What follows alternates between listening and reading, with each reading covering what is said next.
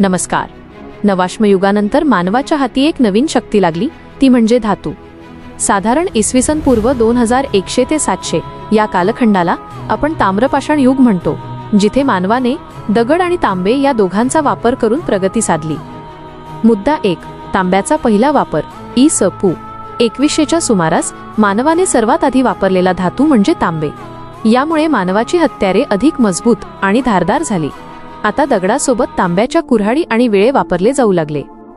मुद्दा 2. शेतीचा विस्तार. इ.स. पू. 2000 ते 1000 या काळात शेती मोठ्या प्रमाणावर विस्तारली. गहू, तांदूळ आणि मसूर यांसारखी पिके घेतली जात होती. तांब्याच्या अवजारांमुळे कठीण जमीन नांगरणे सोपे झाले. मुद्दा 3. नक्षीदार मातीची भांडी. हा काळ त्याच्या सुंदर मातीच्या भांड्यांसाठी ओळखला जातो.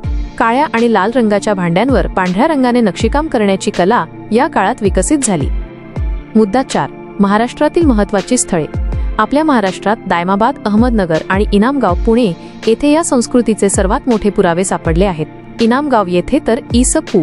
1600 ते 700 या काळातील नियोजित घरांचे अवशेष आढळतात. मुद्दा 5. ग्रामीण संस्कृतीचा पाया. जरी हे युग ग्रामीण स्वरूपाचे होते, तरीही इथूनच पुढे मोठ्या शहरी संस्कृतींचा पाया रचला गेला. याच काळात मानवाने निसर्गातील धातू वितळवण्याचे तंत्र आत्मसात केले.